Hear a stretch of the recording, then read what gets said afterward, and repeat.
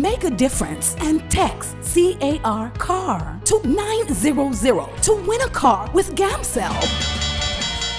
Gamcell and Rotary Club of Bruceby brings you a chance to win a brand new SUV Corando. The more you text, the more chances you win. Join Gamcell today for your chance to win a car, fridge freezers, televisions, smartphones, and lots of cash prizes. Draws will be held live on GRTS TV. Proceeds will be used to help the humanitarian activities of the Rotary Club of Bruceby in the Gambia. Every SMS costs $10. Your SMS could save someone's life. Join us and text CAR CAR to 900 today. A brand new SUV Corando awaits you. Rotary, making a difference. Gamcell, Yai Borom.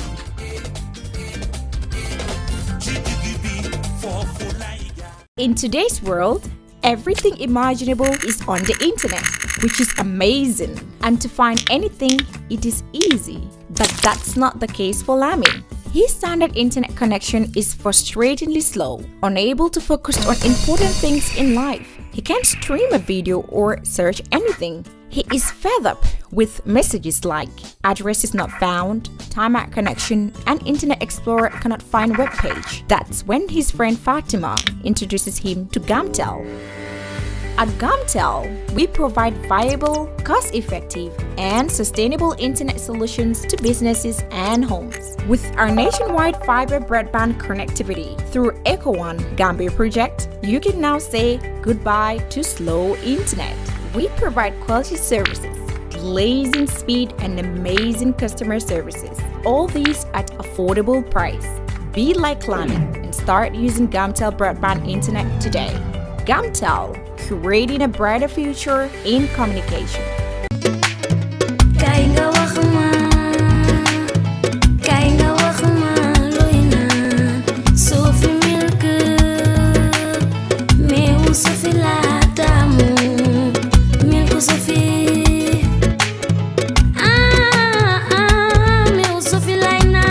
Sophie meew la bu sell te neex baax na ci halal ak mag yépp am na calcium, iron, protein ak vitamine yu bari. Sophie full cream powder milk la am na 20 gram, 200 gram ak 400 gram. Koko ñam dootu ko bàyyi.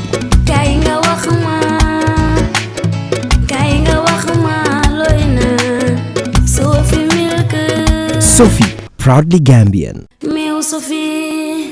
Universal Properties, the dynamic and most trusted agency in real estate and property management. We are here to make housing affordable, accessible for every Gambian, despite their financial status. What makes Universal outstanding in the market is our flexible payment plans. We set standards in sales and letting of quality properties, mortgage, leasing, rentals, property valuation, construction, and many more. All our sites are fitted with social amenities such as schools, water, electricity, playing ground, and a good road network. In Sukuta Phase 1 and 2, Jambanjeli, Sanyang, Brikama, Lamin Daranka, and Gunjur coming up soon. Doing business with Universal Properties, it's a very wonderful experience. Universal Properties, FIB House, Caraba Avenue. For us, every day is a new opportunity to make sure our first impressions are always our best and to see possibilities on the horizon. To make our facilities and services more accessible and find freedom all around us. With a location proximity to active markets, with a liberal air transportation policy. That daily pursuit is how we turn everyday opportunities for you.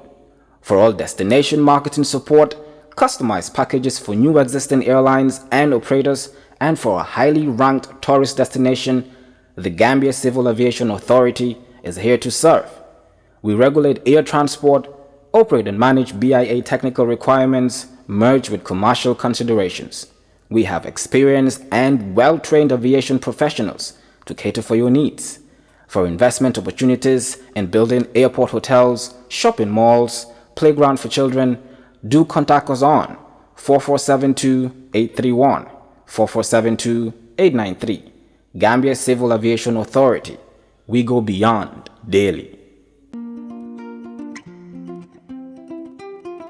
Moro mbijando bakandro ko ngalla janna kibaro moy kalka sola bagaso wafu ka fondelle ko sola enterprise fo fendi nabe dendi sola la fannala la sola la bundal ndella ko do ko ke mole janka sola joran kendo natala dum min nata na ko fanandiya birin Gambia jam fo Gambia e bantala nga bagasol samba be ton ka do ku kendo be ke mo be ni nga do ko ke momo ndi en ka sandi kilin garantie dilale nyin kama ko la do ko lanno si waran ni tema bagasi falle bagaso min bijay fofe nabe dendi sola la bundala la sola la fannala a bagaso sifa be bijay lightning and pumping system ndella fanan ko ke mole min be dendi na ko ni dandal ni kordalla ka jiodi alla nin ka lampo fanan se ka dialla wo pompin wolbe den nin gadinol nin ku kotal ni la jiko ni la fanga bela lightning wolom dimbani ku kotal janno musola enterprise tin ko la kadi fama musola fo fembe den ni sola la hajo la janne be loro wato tente bul baga solta adum fana be ku fula la leje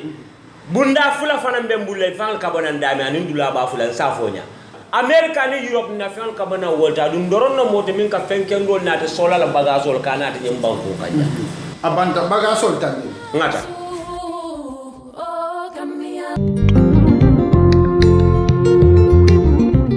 Stewart & Co. Solicitors, a legal excellence firm in London that can help you with all aspects of your legal work. If you are looking at immigrating to the United Kingdom, Stewart & Co. can help you to set up business, buy houses in the UK, and will deal with all your legal works from start to finish. For all your general immigration work, we can help you with that as well. If you're applying for any form of visa, whether student visas, settlement visas, marriage visas, or a child wanting to come to the United Kingdom to settle with the family, we can help you to achieve your goals. Stewart & Co. Solicitors, a legal excellence firm specializing in conveyancing, immigration, litigation, family law, personal injury, licensing, no win, no fee. Contact us today at www.sk-solicitors.com.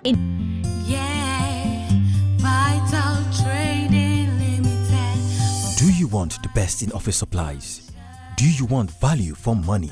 Then look no further. Vital Trading Limited is here for you. Vital Trading Limited is the best in town when it comes to office supplies and all your printing needs. We brand, rebrand, design and print logos, flyers, caps, pens, 3D signboards, neon signboards, envelopes, and many more. We also have bank coin counters, bank note counters, fire protect safes, just to name a few. At Vital Trading Limited, satisfaction is guaranteed and we deliver on time. Visit our office today on the Bertel Harding Highway, opposite the GNPC petrol station. Better still, call us on 4498756, 4498962. Visit our website today, www.vitaltradinglimited.com. Want the best in all your office supplies and printing needs? Then come! Can't do small or big projects with the same dedication and commitment as we do. With a reputation as the leading printing company in the country, when it comes to major projects and innovative solutions, we always deliver in high quality, thus receiving the trust and confidence of our clients. From the moment your order is placed to when it is delivered, we believe in exceeding expectations from the sales manager to the production team, the account manager, and the person delivering your material. We have state-of-the-art equipment and a highly experienced and competent workforce that enables us to deliver top quality work on time. At reasonable prices, we provide our clients with multiple solutions right from conceptualizing, designing, printing, binding, publishing, and distribution. For all your printing requirements, we are strategically located at the Sankumsila Highway, the Gambia Printing and Publishing Corporation. We print what you desire. tanal ma number yi may tanal ma ba kon yow li ma la jox si xibaar yëpp doy la jëlal ma number rek gawma la sëñ bi na nga def kii de dama ko jox xibaar gi ma dégg si yéen waaw loto gi wax naa ko ne alxames bu nekk ak dimanche bu nekk dañ tànn juróomi nomba si jackpot bi ko gagné juróomi nomba tegal nañ la 100 plus 1000 maanaam 2000 junne ak lu teg waaw waaye juróomi nomba yi dafa war a méngoo su fekkee ne amoo juróomi nomba yu méngoo am nga ñeenti nomba yu méngoo yow dinañ la jox bonus foo du noonu la bonus foo waaw des na de altine bu jot talaata àllarba ak ajuma ñu génne waat beneen jackpot ne ku gi am ñeenti nomba yu lëkkaloo ñu tegal la $50,000 maanaam juróom fukki junni waaye nag gis nga boo amee ñetta yu méngoo ñu jox la tam bonus tri waaye nag xàmmee ko gis nga Gambia géem yi bari nañ de waaye gis nga bii green la xàmmee ko waaw xàmmee ko bu baax a baax feneen foo taxa bul fii di nga perte lu ma la wax yëpp dëgg la waaye xam nga lu ma lay xamal ma wax nga naan waaw dëgg la kay yow mi sa kanam guddi gi xam nga ne góoma la da ngeen may kompaloo man ngeen di kompaloo nañ dem ca office xanaa narmelu nga ma ne nee naa nga lay laa wax nee naa la ku ko mën la ku koy jéem duñu benn ak loto game ak ay bonus sama xéwalam yu bari fii rek la du feneen The Gambia Revenue Authority wishes to inform the general public that income earned from the letting or leasing of property is taxable as per the Income and Value Added Tax Act 2012. In this regard, the general public is hereby informed that payment of rental income tax is an obligation on any person who earns income from letting or leasing properties. All rental income earned from properties in the Gambia is subjected to rental income tax. There are two types of rental income tax. A residential rental income tax charged at the rate of 8% of gross rent received. Commercial rental income charged at the rate of 10% of gross rent received. It is important to note that failure to declare and pay rental income tax is illegal and punishable under the Income and Value Added Tax Act 2012. To pay your rental income tax, rush to the nearest GRA domestic tax office or any of GRA's designated banks. Remember to pay your taxes and on time. GRA, collecting revenue for national development. Now that I have saved some money to build my dream home, I'm really confused about which estate company to approach. My friend had a bad experience with a particular estate agency after completing his payment and could not even get his title deed. This is serious. Good afternoon. How are you? Thank you. My name is Oli. I'm from EJ Investments. I'm set. Thank you. You know, I must say you came at a very right time. Really? I was thinking about houses. Great. What can your company offer me? EJ Investments can offer you a lot. We're unique in the market. Okay. We own our properties and we ensure that they're developed with modern technologies. They're affordable and they are strategic locations. We don't just sell pieces of land, but we create settlements. What makes your company different from others? We're different from all real estate companies in the Gambia because what we have to offer is affordability, safety, and security. We ensure that you get a legal contract from when you pay your deposit, and within 4 weeks of paying your final settlement, we make sure you receive your title deed. 4 weeks? 4 weeks. That's interesting. Yes. Now tell me, what real estate service you need? It's absolutely EJ, investment, and real estate agent.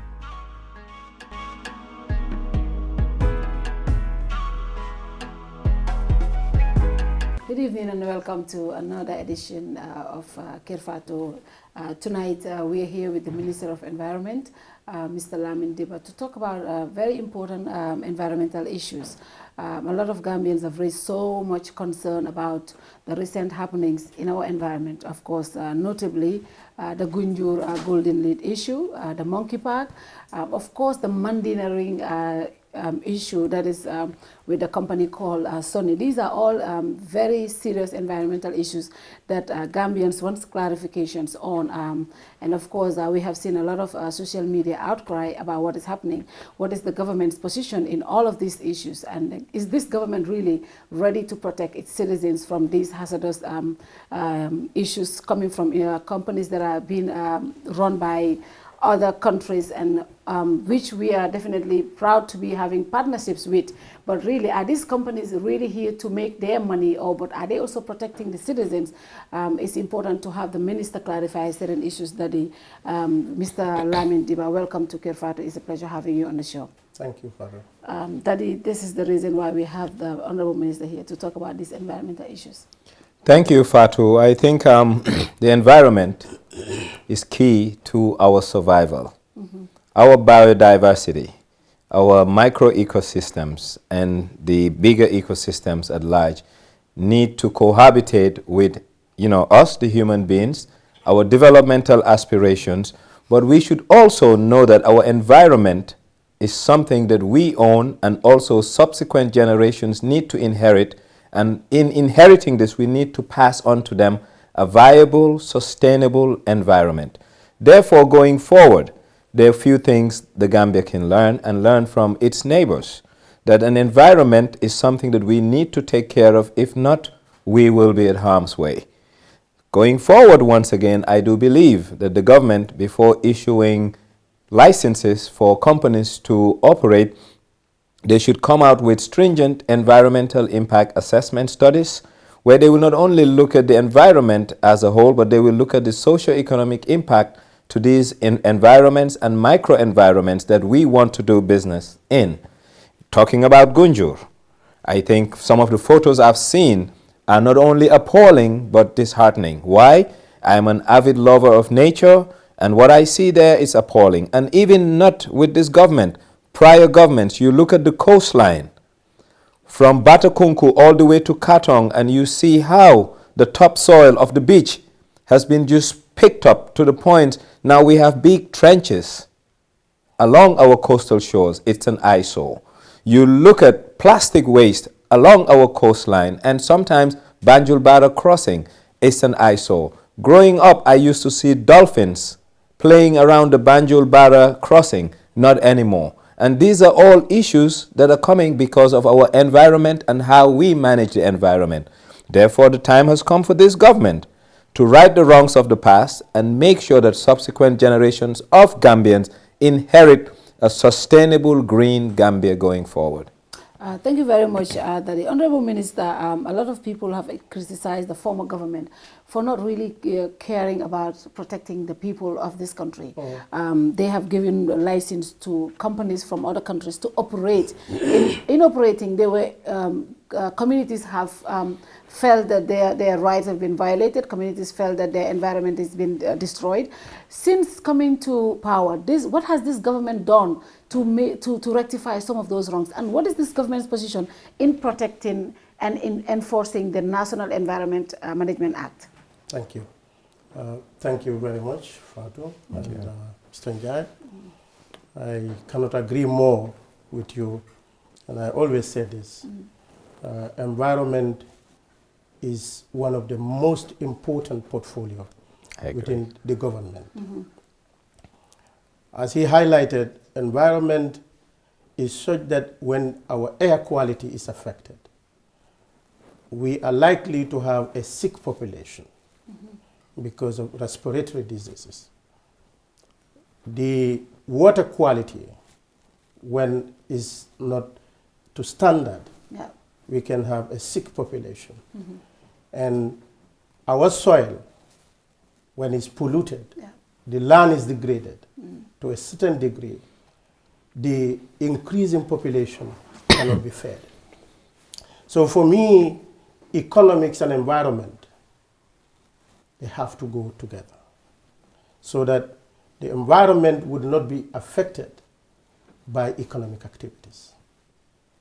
But mainstreaming environment into all our development work is exactly what my ministry is working on. And just to bring to your attention some of the cases you have highlighted, most of the issues around were inherited. And we cannot just say it's inherited, so we cannot deal with the situation. With the issue of Gunjur, personally, I visited this company with the team of the EIA unit, the Environment Impact Assessment Unit of the National Environment Agency. They raised some pertinent issues that were observed, were not followed, that was put forward by the EIA recommendation. Because as Mr. Njai said, before any significant work can be done, be it public private Yeah. or individual, the EIA regulation of the NEA is saying that there must be an EIA environmental impact assessment conducted to ascertain the degree of the effect, either negative or positive, on the environment. Yeah. Where the negatives outweigh the positive, even where you have minimal positive, negative, the EIA should recommend measures to mitigate Yeah. the effects of those so that it would not have major impact on the environment, particularly the population. This was done, Yeah. and it was later found out that there was a pipe that was laid into the sea, and immediately they wrote a notice of stop. The National Environment Agency asked them to undo the pipe. Okay. And this was when we observed that this was not done for the first time. They came back to say we are suing them to court. Yeah. And the case was forwarded to the court. But after, when we sat together and they came back to follow the EIA recommendation, the first reason that we advanced was that there must be a thorough ecological assessment to ascertain and determine the degree of damage to the ecosystems, be it the mangrove ecosystem or the marine ecosystem where the effluent is going. And this was agreed. Two, at the cost of the company has to bear the cost for us to test these waters from their chamber, the lagoon that was purportedly said to be affected by the effluent. And this was also done. The water sample was taken. And from the sea where the water is being discharged. So this was done. And when this was done, it was found out that it does not have any harmful chemicals like lead, cadmium, mercury. These are toxic compounds. These are toxic elements that can have lasting impact on the human being, especially mercury. Mercury has some neurological effects on humans that when consumed can take long but gradually kills you. Lead is deadly. Cyanide is deadly. All these were tested, and now we ask them to have a waste treatment plant. And this was agreed. They hired a consultant who worked on this waste treatment plant, and it was constructed for a specified period of 3 months. And this was done. When it was ready, they just treated one water, one operation, and this sample was also taken again and sent to Institute Pasteur in Dakar, and also at the water quality lab at Abuko. And they all confirmed that this water is fit to be discharged into the marine system. Honorable Minister, I want to come in here. You mentioned the water sample was taken to this institute in Dakar. The former director of NEA reacted to this press brief release that was released by the Minister of Communication regarding the steps the government took. According to his statement, that institute is not an analytical lab. It's a research institute. Therefore, they are not certified to be able to test the quality of water. So why would the government just stop at that institute when you know it's just a research institute, not a lab that is being certified to test the water properly? It wouldn't give a result that would any international institute would give. Yes, I read this comment and I looked at it. Okay. I mean, perhaps maybe is the perception. Okay. But this lab, before we could take these samples to, this lab is ISO certified, ISO 1205. And this ISO, you cannot certify somebody to deal with only medical tests to take water quality. So anybody with that, anybody who knows ISO standards, ISO 205 is for water quality. And I don't just want to go back and forth on this issue, but I think the former executive director, Mr. Saad, yes, should better understand the process that we've gone through. Just this morning I was saying, we are dealing with science. And science, you must be accurate or you get everything wrong. It's like medicine, life and death. You either get it right or you get it wrong. As a country, we are mandated by the NEMA Act to protect the environment of this country.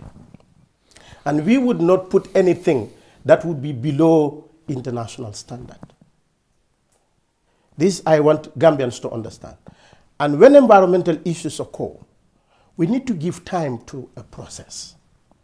Because getting all these samples, testing, doing a study on the ecology, assessing the damage, is not something that you can do within a week and ascertain that this is what is responsible. Let me clarify this. Okay. It was said that dead fish were found in the lagoon. But I can tell you this. When I made a visit, we spoke to the committee.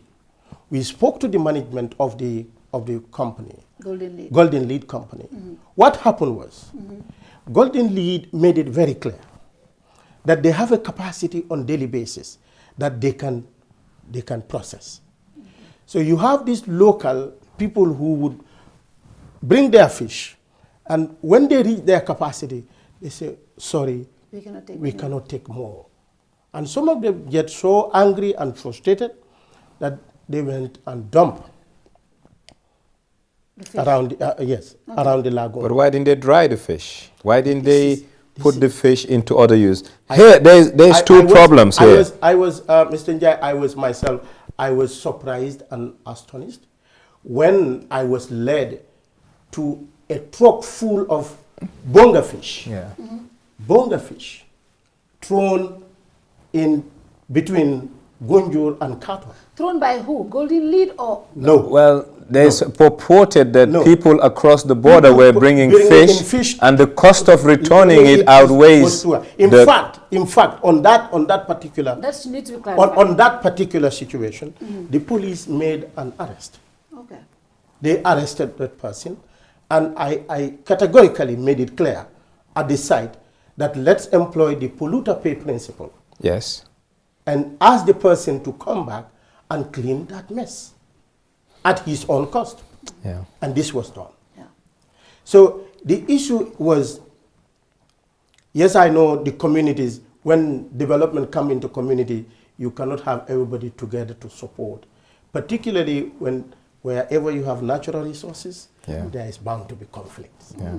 That is clear, very clear.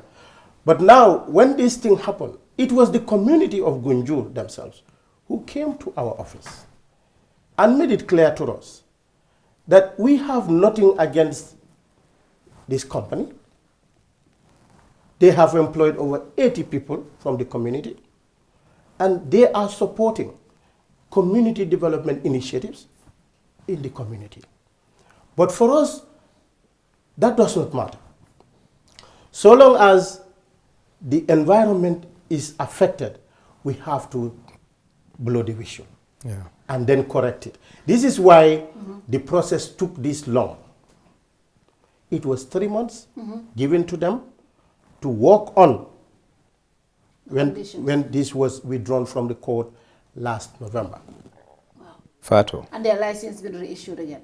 That was just when they have satisfy the conditions for the EIA this April. Fatou, Yeah. My issue is mainstreaming of environmental consideration in all processes of our development aspiration. As a child, I grew up around the Kotu stream, Fajara golf course to be precise. The lagoons there are this much. They were meant specifically for hotels. Now the whole of GBA are dumping stuff there, which the place cannot accommodate. And it has become a problem. The trucks coming there are leaking with contaminated waste, because when I say contaminated, it doesn't mean chemicals, but it's not fit to be exposed to humans, both for breathing or whatever. These septic tanks, their valves are not good. And if you're on the road, you will see them leaking on the main road with waste that's not supposed to be on the road. One. You go back to Gunjur, there was a time the water there was pink in that particular lagoon. So yes, it's not chemical, but it's not good for the environment and the aquatic life of those, fish and marine life that lived around that mangrove. Like you said, what's happening there today, yes, it's not chemical, but maybe the downside to it is we will have long-lasting environmental degradation. So, we cannot ascertain that overnight, like you said. We need longitudinal studies. Some will be medium term, some will be long term. But I think our environmental consideration as a country need to be a little bit more stringent. It's too loose. Emittance, just smoke going out from factories is bad. Now our water quality, because Gambia is a country where the water table is not deep. So if you have things seeping into our water table, and I will tell you a classic example, no offense, caustic soda was the major byproduct of Sankung Sila soap factory, and for years, over 20 years, it was dumped behind the mangroves. Yes, we all know that. And guess what? There were 2 water companies bottling water less than 600 meters away. Their water was from an aquifer of a borehole. So guess what? Who is protecting our food chain? Who is protecting our environment? Who can we rely to make sure that whatever we buy, ingest, consume as food is safe? And that's why we need a czar, a police, the environmental authority who will have zero tolerance to people who degrade our environment without consideration. As a matter of urgency, the National Environment Agency is mandated under the NEMA Act to police the environment.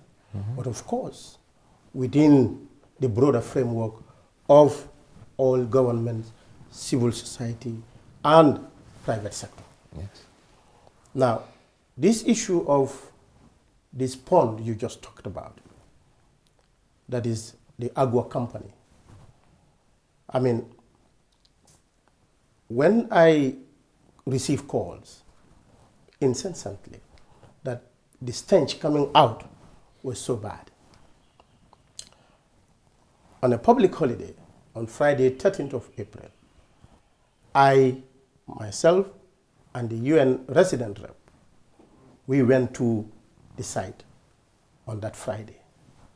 And I went round because I want to see the Kotu stream, where it's empty, it was blocked. Because one thing people need to understand, when you want to block the natural course, particularly for water, it finds its own way. So the water was meandering, and then there was sedimentation, and as a result, the lagoon was not moving, and then the Agua was pumping water, but it was not going out, and that it raises the water level to the mangroves and stagnation. And where you have stagnation, obviously, the water, the fecal matter, it calcifies. Yes, eutrophication. Yes. Call it eutrophication. It eutrophies, and when that is done, it reduces the BOD, the biological oxygen demand in the water. And what would that lead to? The microorganisms that are prepared to act on those materials to degrade them biologically will obviously reduce because most of them will die. What we realize from Agua was this. They have a 4-chamber process. The first chamber is to separate the fecal matter from the liquid water. And then the second one was to prepare the microbes to act on this, and the third separation, and then the fourth also separate.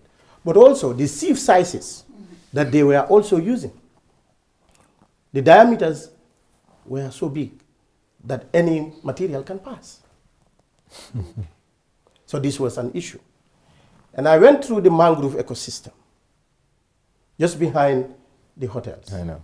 And I found out that I have seen some oily stuffs. Yeah. And I called the management and say, what was responsible for this? As you said, we found out that one, their pipes were leaking. Their pipes were leaking. Two, they were jumping a very important process. Okay? That is the preparatory phase, preparing for this separation to happen. They were not doing that.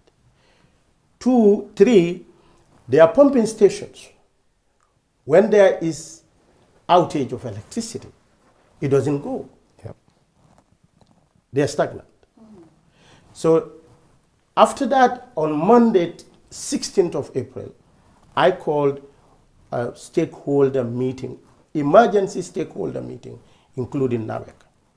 And thereon, it was revealed that the former government, particularly from the office of the president, requested them to sign a concessionary agreement with Agua Company for the management of the ponds, with the impression that they were able to improve the system with an initial investment over $2 million, which never happened. And also, they would put in an ABIS system that will be able to adequately deal with the situation. Absolutely. When I interrogated the man, he said, okay, the issue we have is this. This system is designed for domestic waste water. And now, you know, this is why I always cry about proper urban planning. Fact. Okay? This is why I always talk about urban planning. Because with all this, we can have the infrastructure. And inshallah, with this government, something is going to happen. Soon, I hope. Well, I cannot tell you the time because it requires, you know, you are an economist, you know, it's capital intensive. Absolutely. To have an entire urban, you know, sewage system, water treatment system would not be a small investment. Absolutely. But we are working on something for us to have. Now, when that happened, I asked them, they said, yeah, because some other, you know, some other waste are coming in which our system is not designed for. So immediately from that meeting, we made a recommendation. And NAWEC, unfortunately, these people do not have the capacity. True. They were just depending on NAWEC. And NAWEC was properly managing this place. You never experienced this kind of thing. That's a fact. When NAWEC was managing this never happened. Myself, honestly, I never knew that there is a pond here. But then we have the right to cease and desist from that arrangement overnight. Wait. There was an agreement. And this agreement must be observed. Now, NAWEC wrote to them. As part of the recommendation, NAWEC wrote to them for a 60-day period, 60 days period, in accordance with the contract, so that we will not incur those contractual, you know, costs, terminating the contracts prematurely, as it happened in the previous government. So a lot of people are saying, you terminated prematurely my contract, you need to pay this. You understand what I'm saying. So we are in that. And now they wrote to me a roadmap. They wrote to me a roadmap. Agua did write to me a roadmap and saying by this period, because we want them to be specific. We don't just want to leave things hanging. That we will do this, we will do this. But by for instance, when you calculate the 60 days, we say by this, you say we are in the process of procuring the ABI system. The installation will take this much. The completion will take this much. And then we will observe those, and the monitoring of that will also come from the stakeholders, not only the NEA, but other stakeholders that have stake in this. And the other explanation that which I said, okay, to give them the benefit of the doubt, now that the Gunjur Golden Lead has their own wastewater treatment plant, that is no more coming here. That is no more, because when we asked them not to discharge into the sea, I was made to understand they were bringing it here. Fact. Okay? And now Carton, immediately, the NEA served them a stop notice. Right now, they are not operating. So to answer your question, yes, somebody is here to protect the environment within the realm of the law and within the limited resources at our disposal. I agree. Honorable Minister, coming back to Gunjur, I'm still going back to Gunjur.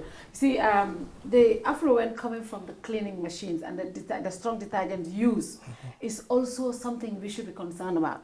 These can cause a lot of harm to people living around the area. These were not some of the conditions that you put to Golden Lead. So did you guys have any concern over those things? Because they are really... The strong detergent you are talking about here, I believe, is bleach. Bad. Yeah, bleach. Which chlorination, it's water good. chlorination. This is used in water chlorination. So, and this is one of the conditions that they need to chlorinate this water before it's finally discharged. It's a detox. So can you commonly say to the people of, can you look at the people of Gunjur and tell them that the Golden Lead is not causing any harm to the citizens of that community? No, I can't say that. No. I mean, you see, this is science. Fatou, there's a trade-off. No, this is science, okay? You know, anything that you do has impact. Yes. That I can say safely. But is the mitigants. The mitigation that we are talking about. All over the world, they do discharge into the sea. Yes. But with standards. This is what we are saying. The Golden Lead has now fulfilled those standards. Now this is why they got the environmental license to continue their operation and using the wastewater treatment plant. Fatou, can I come in? Yes, sure. If you safely say that Golden Lead have met the standards, I think there are different types of emissions. The water emission is one. The smoke emission, it's another thing.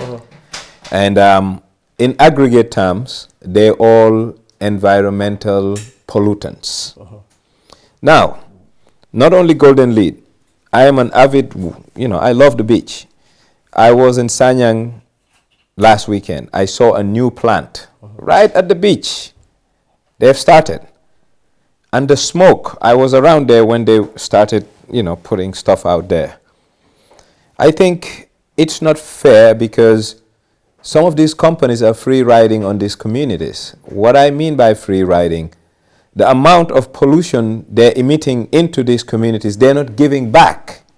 Therefore, the police, the referee, should make sure that these companies, as much as their economic going concern, paying taxes and other things, they should also have social consideration to these communities that they're working in. That's one. Another thing, I think your department needs to closely work with the Department of Fisheries and Agriculture and Health for three reasons. We cannot be touting food self-sufficiency when we know protein is a major component of our food source. And the amount of fish that these plants will need, they will now start competing with our food chain as humans. And the economic impact in terms of pocket, money coming out of my pocket to buy fish, what's the trade-off? Are we better off just feeding ourselves? Or are we better off making fish meal and oil for someone else? I think the time has come whereby we have a multi-sectoral approach to investments, not only environment, looking at environment. We need a social, economic environment put together, and we see whether the Gambian is better off or whether the Gambian is worse off.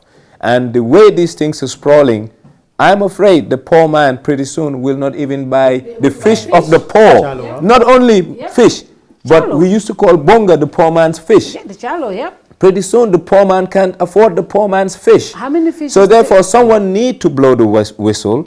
And I think as a country we should be happy that there are Gambians who care about the environment to the point they want to blow the whistle. Yes, the way they're doing it is wrong, but in the absence of information, the rumor mill thrives. And in Gambia right now, the rumor mill has become the news, and the news is scarce and hard to find. Yeah. I thank you, Mr. Njai. I know doing this socio-economic analysis, I understand where you're coming from. But as you said, environment is not only for the Ministry of Environment. It's cross-cutting. This is a cross-cutting issue. And I can assure you we have been working with the Ministry of Fisheries and the Ministry of Health, particularly under our international obligations. Just recently, we were part of the Minamata Convention to reduce and eliminate mercury in our system. Yes. And when we did our Minamata initial assessment, we found out that the bulk of the mercury that we have in this country is coming from waste. Either you incinerate it, you are transferring it into the atmosphere, or you just leave it to the water bodies, which is even more dangerous because it's going into the food chain. Absolutely. So all these we have approached.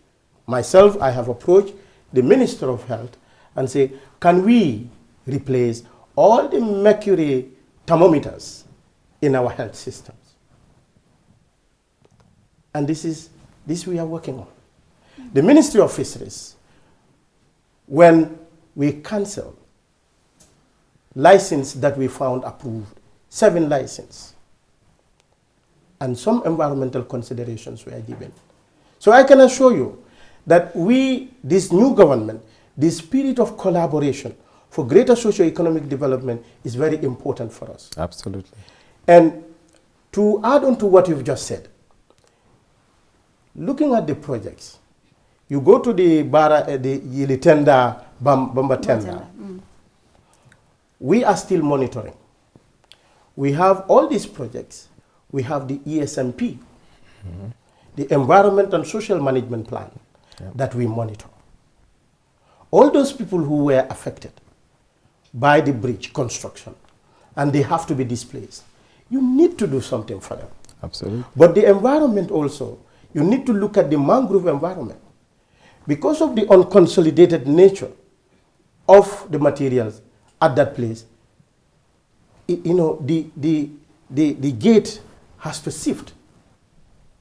And before the consultant embarked on that, they have to write to us to understand and explain the mangrove ecosystem. How would it affect it? So I can tell you, this government, we are very much aware of the integrated nature of environmental issues, social and economic. And we, right now, as I told you, we are to internally validate our ministry strategic plan with all the departments. And these are some of the issues. How do we collaborate with other partners, not only international, but with other ministries, all the ministries? We have just got the climate change policy that is just approved by cabinet.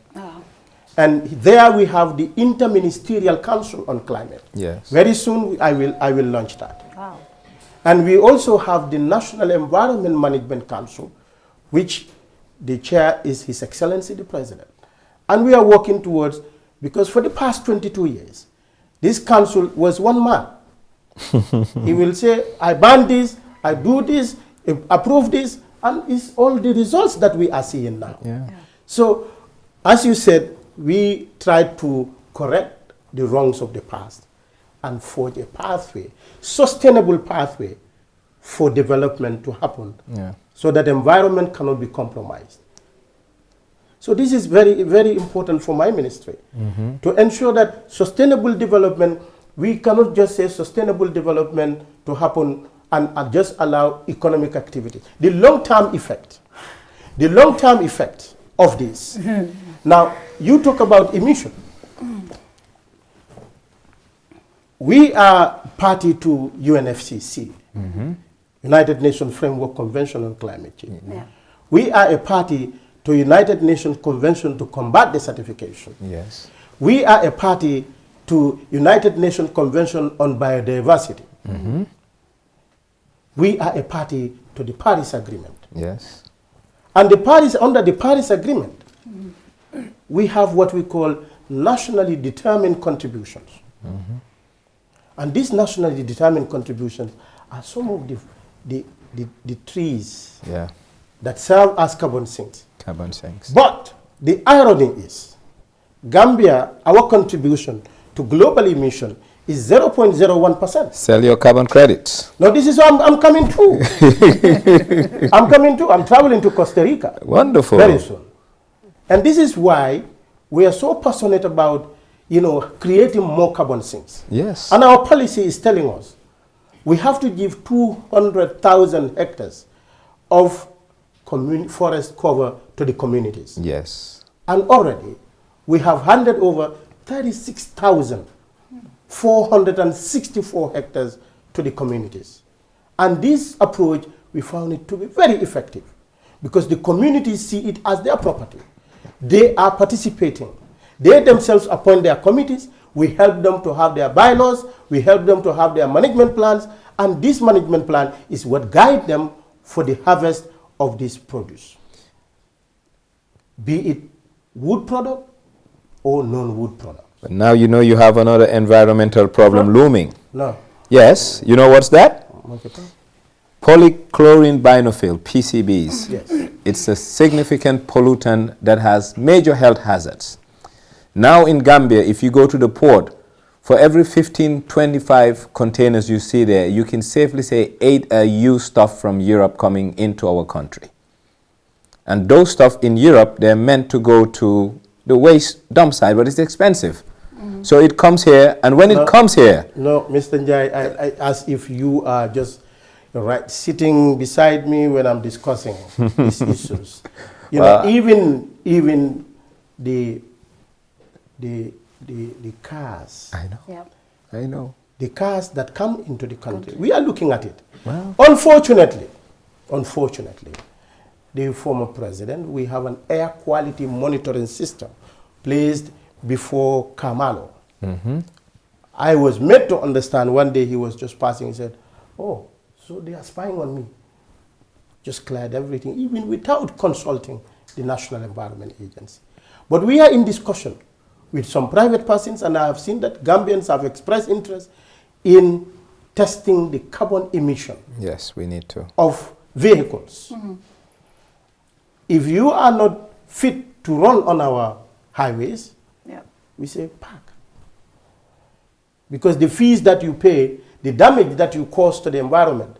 And one other important thing is not only the carbon dioxide, but some of these old cars, because of the inefficiency of their engines, they emit carbon monoxide. Yes. Which eats the red blood cells. I know. And this can kill you easily.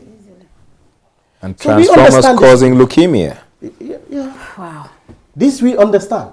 Good. And this is why my ministry, we have the natural resource policy that is just validated, and we're going to amalgamate the natural resource and agricultural policy.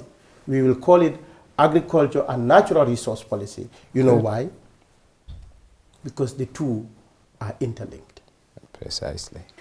Honourable Minister, a lot of myself and other people who doesn't know all these big terms about the environment are worried about, yes, you have the National Environment Act, which is definitely the EIA regulation. Yeah, which will definitely protect people the from coastal the community. and marine. But people are concerned about foreign influence, big companies coming in and influencing top government officials to be able to get their plans.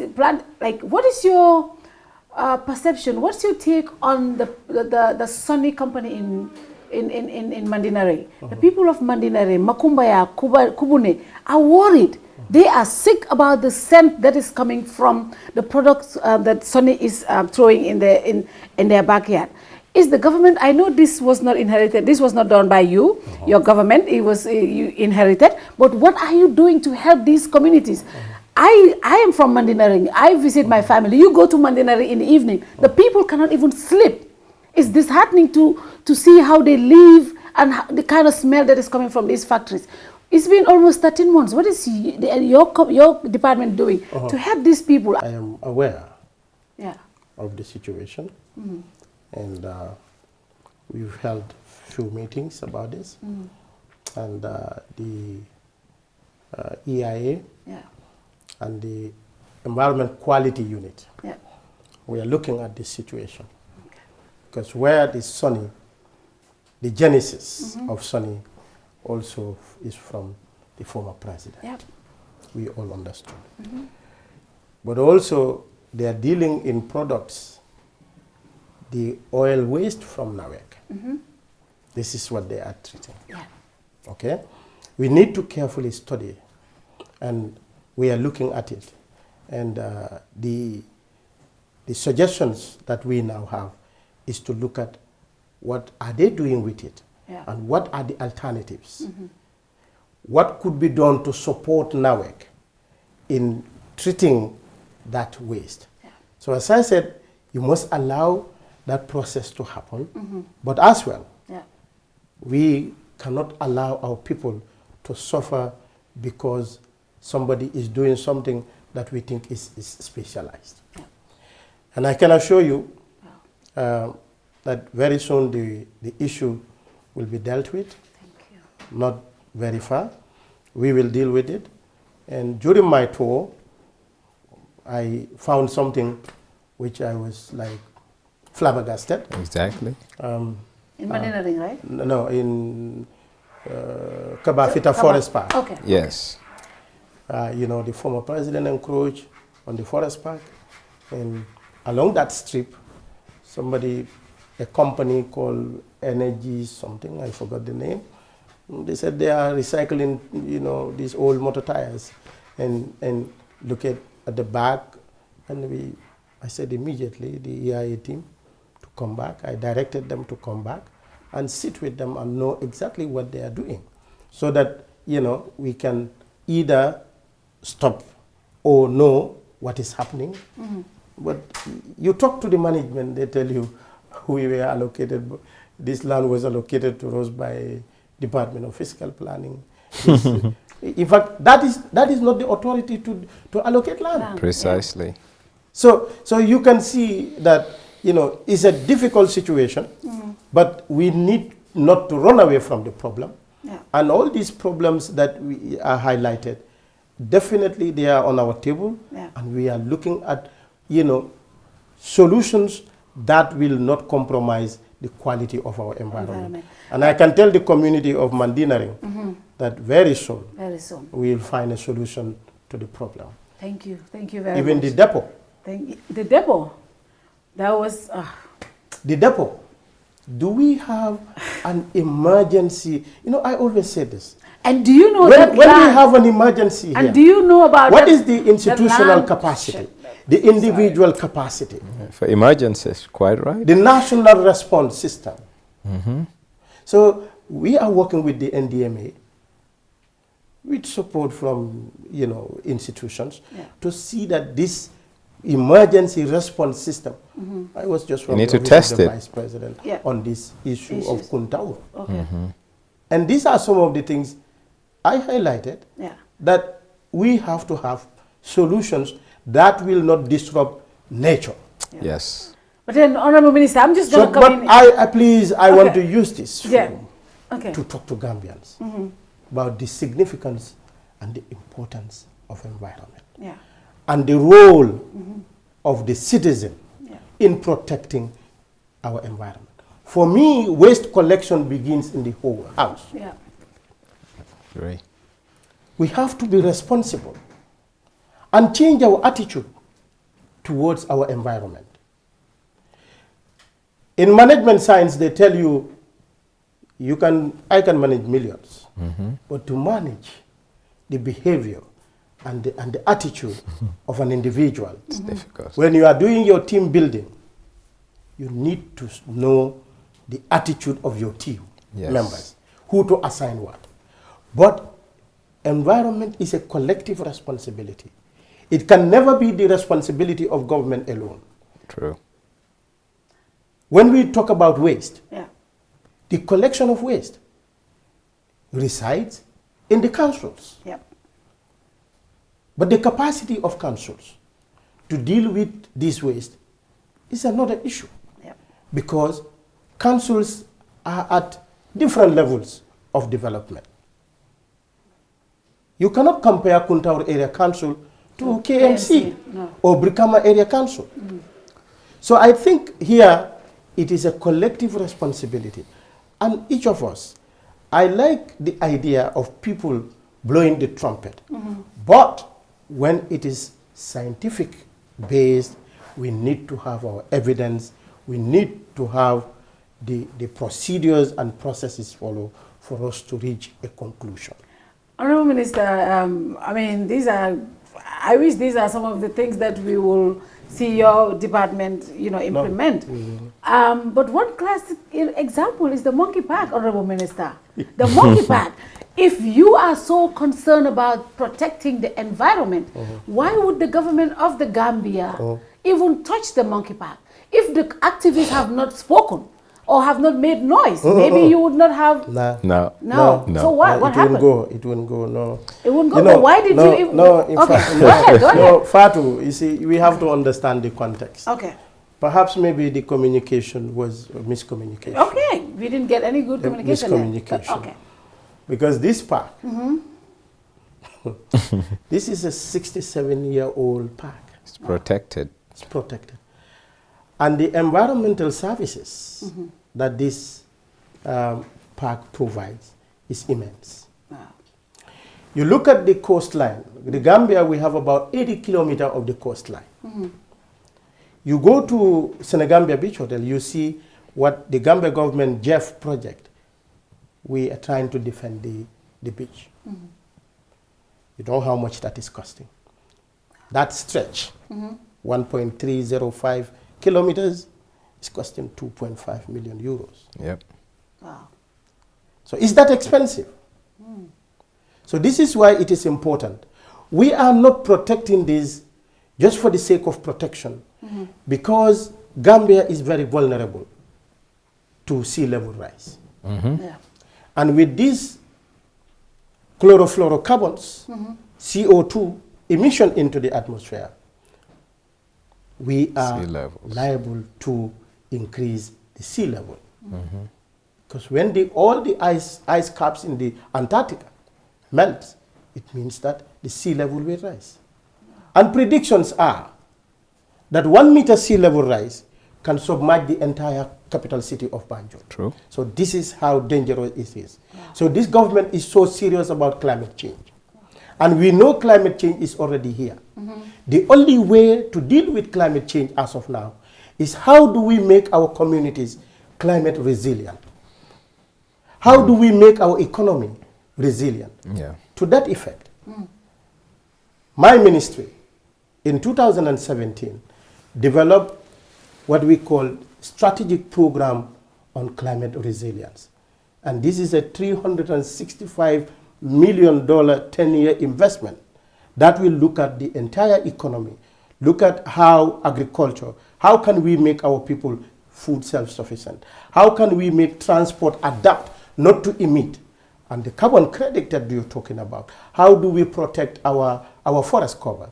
To that effect as well. Last year, we got a grant of 21 million US dollar for the EBA project that we are currently implementing.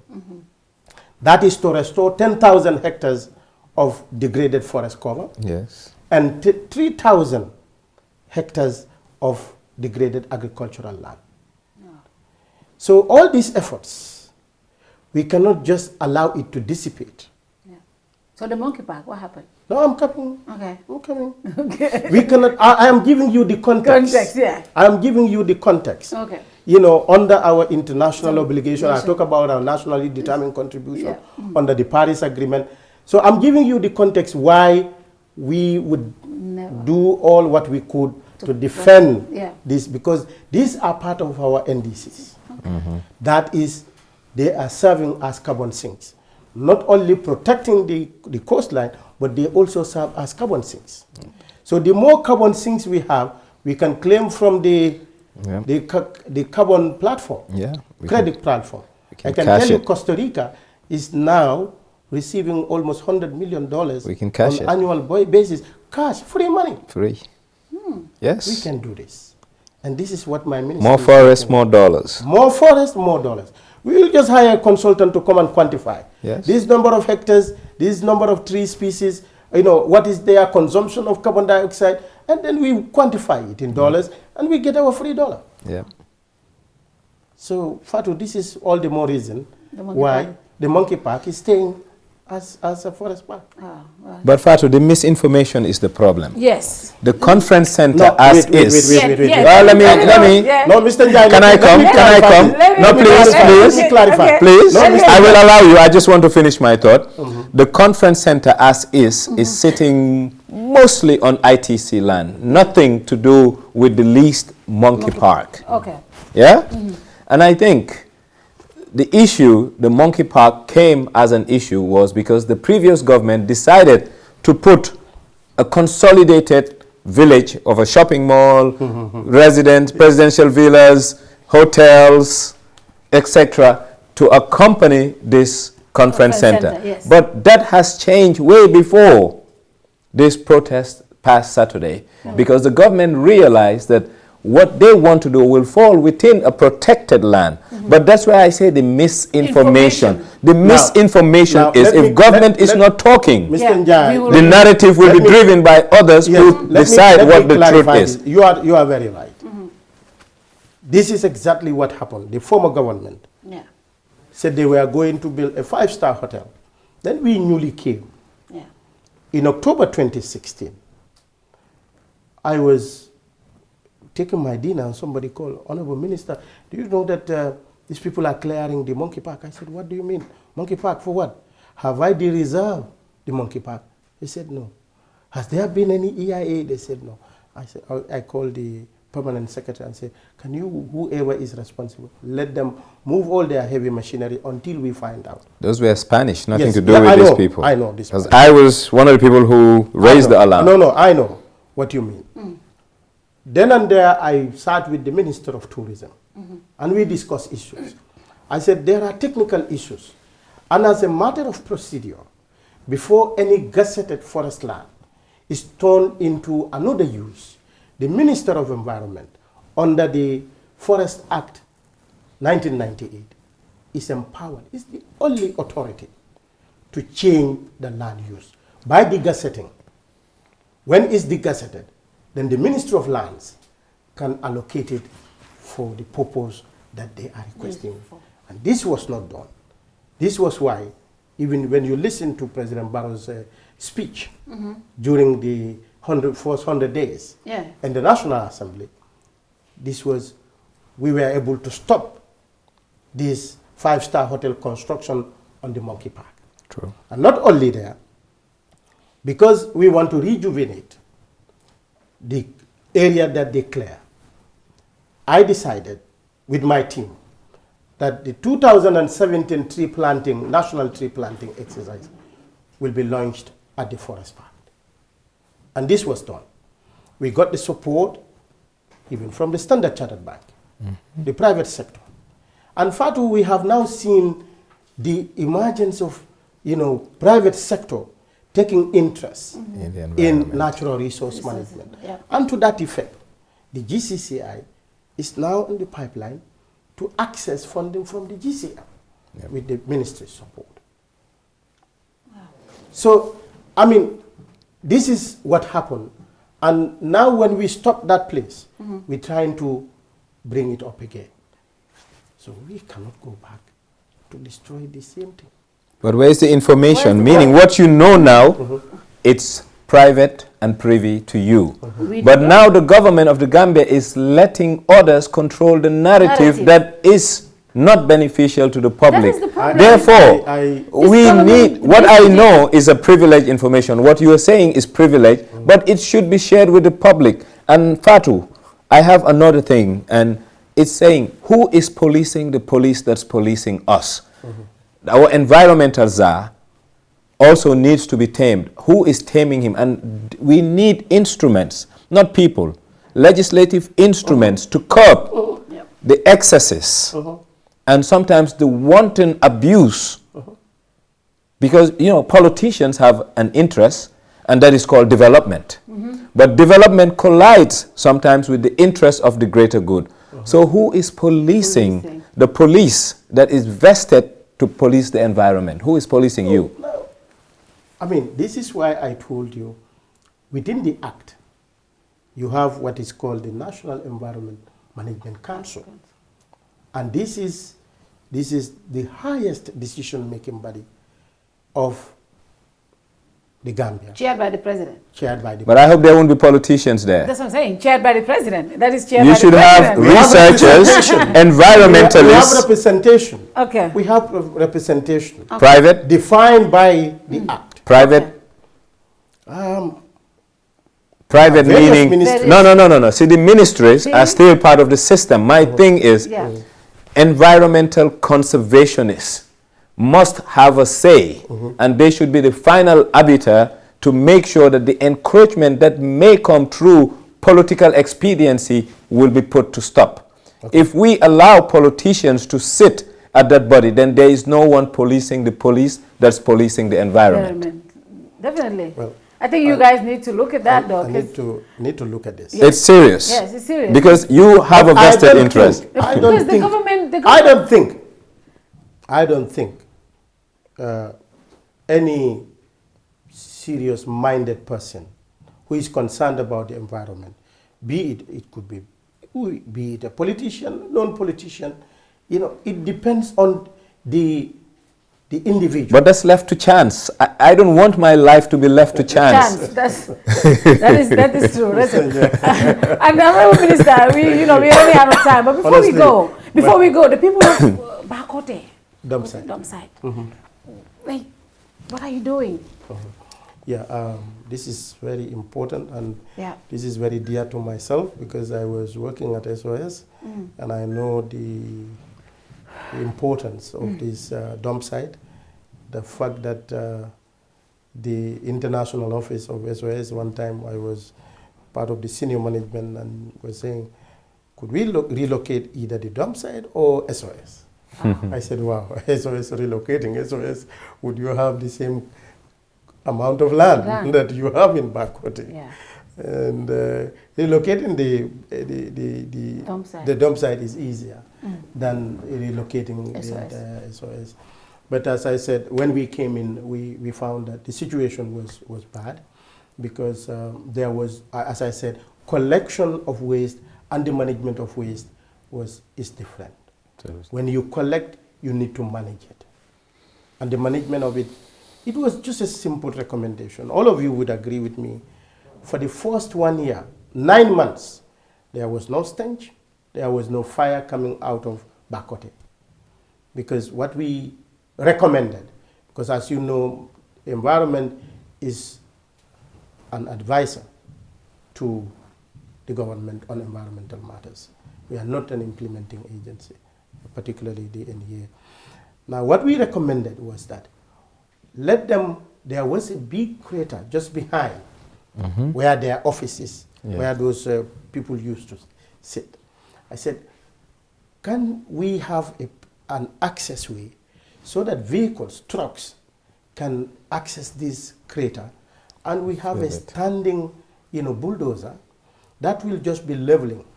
When it's dumped, it's leveled, it's spread. You know what that does? It allows aeration to happen. Two, we recommended for the KMC to spread just a thin layer of sand on top of this. This is simple technology, simple. And that will suppress the stench and also not allow the buildup of methane for fires to happen. Because sometimes it's natural. It ignites. When you have a buildup, it explodes. True. You have seen what happened in Ethiopia, in Addis. This just because there was a high, buildup of methane that, it just exploded. And this is characteristics of dump sites. Absolutely. But what I was very much concerned with was the leachate. The leachate that goes down into the water table. Exactly. This was a concern. So we talked about this and see how best we can approach this. And this was going on for 9 months. One of the days I was out in Nyomi in a program, somebody called and said, oh, one boy was, burning cashew, and then Bakote, nobody could open your eyes. I said, what? So one of the recommendations that we also said was KMC to have a standing MOU with the Gambia Fire and Ambulance Services. Whenever there is fire, they can come and put the fire off. But sometimes it's resource. It's difficult. It's everything. And yes, sometimes they do come to put out the fire. But when you have waste accumulated over time and the depth is so deep, you just come and put water on the surface whilst you have fire under. It gradually dries the material and then come on the surface. Again. So that was the difficult. But right now what we've done is that there is a voluntary organization, now the element of civil society participation called Green Up. And we are working with them, and they have taken an inventory of all the scavengers and the donkey cart owners who are coming daily to dump at this site. And now they are working with KMC. I'm just being informed today that KMC has fixed the door to the entrance and also given them some gears for the volunteers, the scavengers themselves, using them as volunteers to manage the place. So far, this is where we are.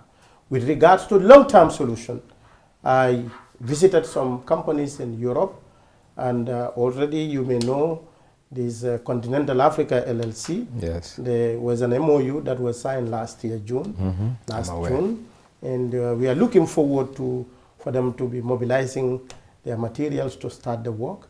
And with that, we can safely say that Bakote dump site will just be a transition point where sorting will happen, and the objective of this. Kumbune. Yeah, not Kumbune. But they're not happy with that. The objective of this is to generate energy from waste. Incineration.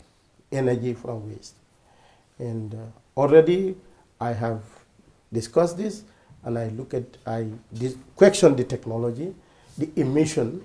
Yes. The emission that is coming.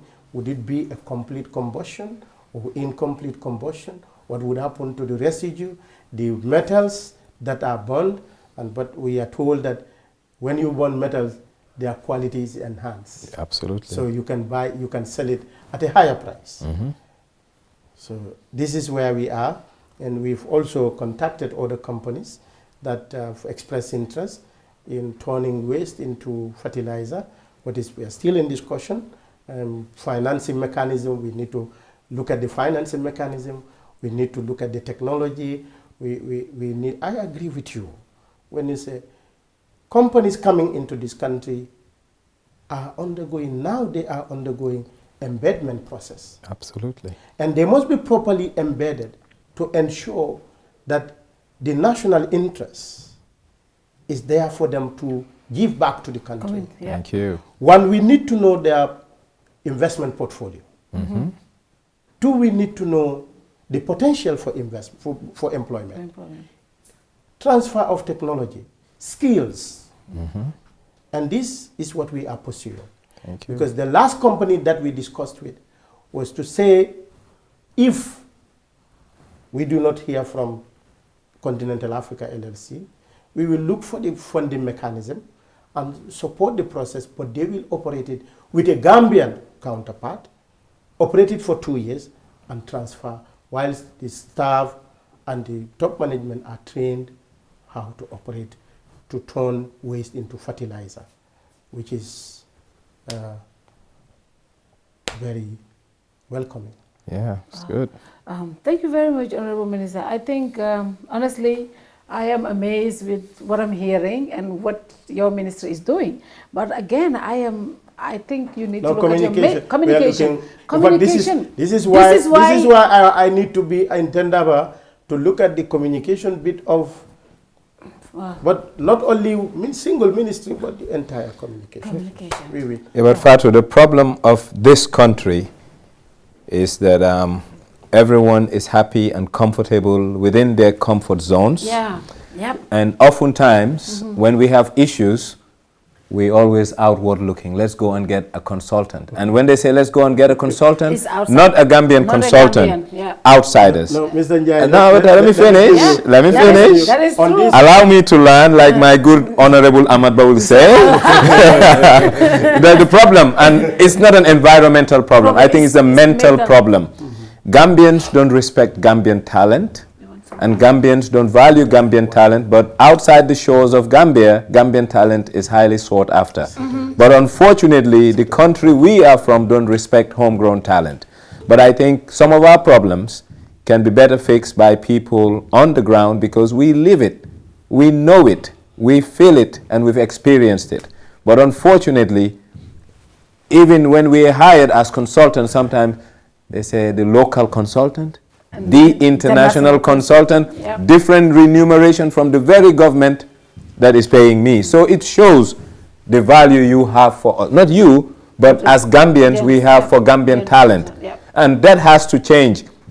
If we don't believe in Gambians, we cannot fix this country, because no one will come from outside to fix it. But fixing it starts with putting value behind people. You are opening up another debate, yes. Because personally, I have issues. You know, this country, this continent is rich. Yes, I agree. It's rich. Yeah. But unless we know the value of the assets that we have, we would not be able to appreciate. I agree. So one thing we are also considering is doing a natural capital mapping of this country. Yep. Then I would contest your model of computing our GDP. I agree. I would contest it. I totally agree with you. Their model is not mine, by the way. I don't accept it. No, you are an economist, so you are subscribed to it. Yes. Yes. Ever since I was saying all the resources that we have, yes, you can say poverty, but what type of poverty? Is it because I don't have money in my pocket I'm poor? Yeah. If I have my 3 square meals from my backyard, from my trees, I am happy.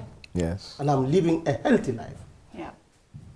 Rather than say, I don't want to mention countries. Yeah. made in Gambia could even be healthier. Yes, it is. So you are opening up another debate, which we will. If you can invite me on this, we will definitely. No, we'll have a date on that. This is something I'm interested in for the simple reason that it's a new economy. When I say new economy, not because of the political dispensation. The global dynamics of the economy has changed. And we need to rebase the economy. We need to revalue the economy.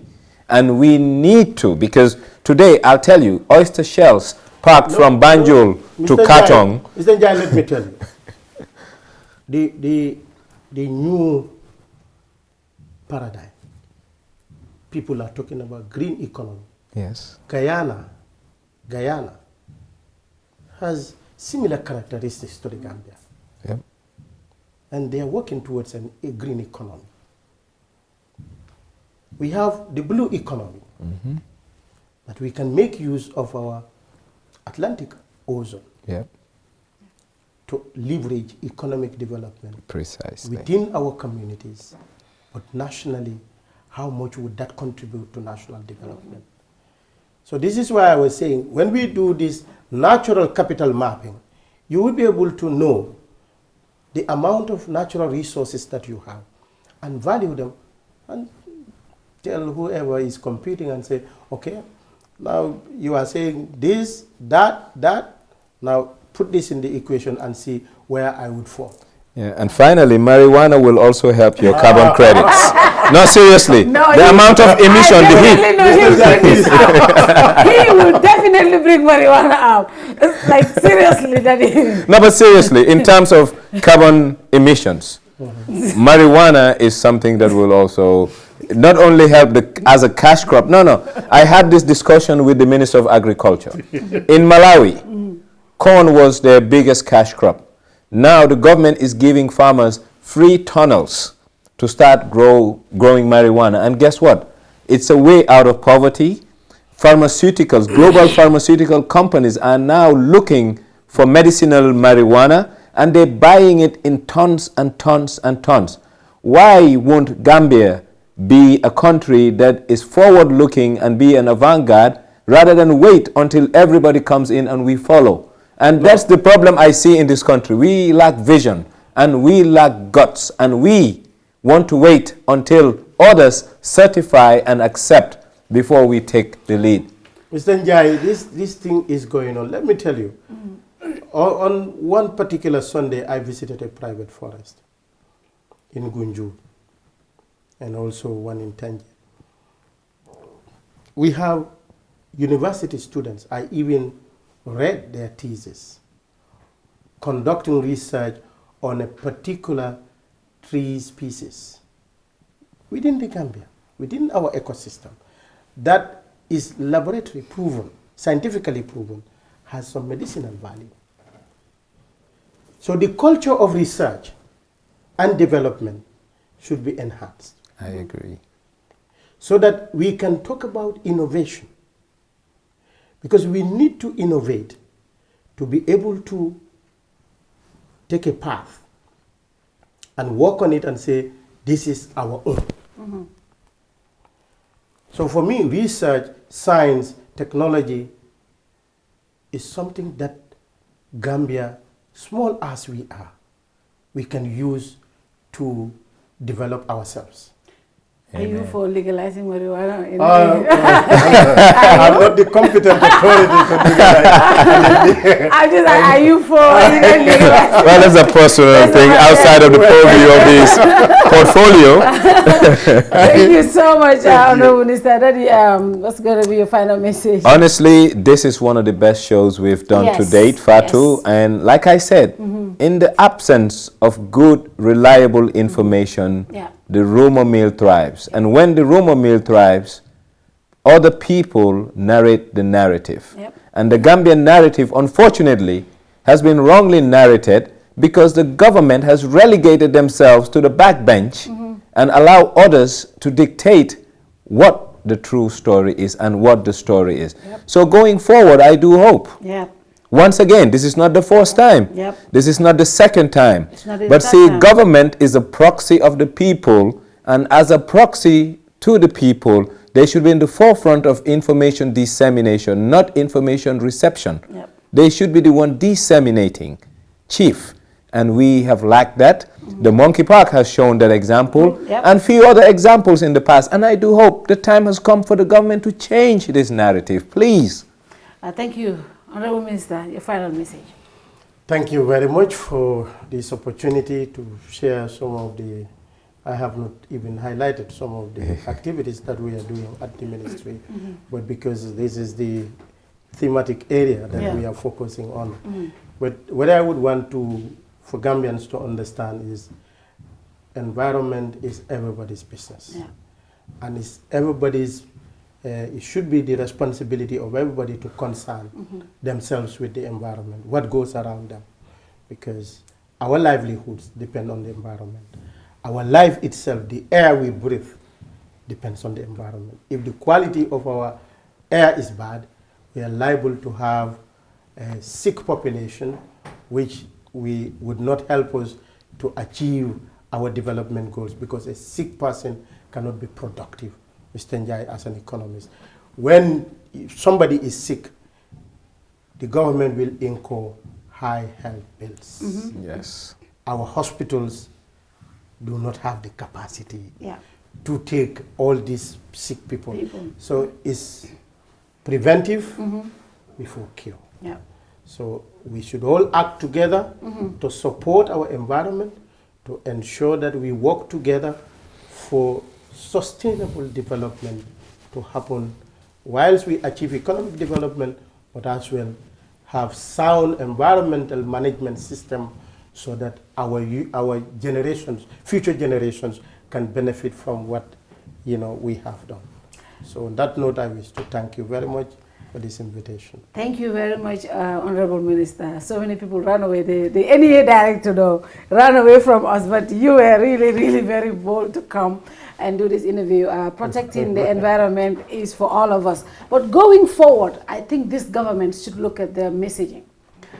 We should not just only be reacting to stories. We should not just wait for people to come up with narratives and then we react to them. This government should look at their messaging. I think it's important. We want them to be reacting to that so we can have shows. But as a country, as a people, we want the government to lead the people, give us the information when it's dead. It's like, I was amazed with all the things you said here. But have we had them anywhere? No. That's why we react to stories. So I think the government going forward should really, really, really look at their way of messaging and give the population the right information at the right time.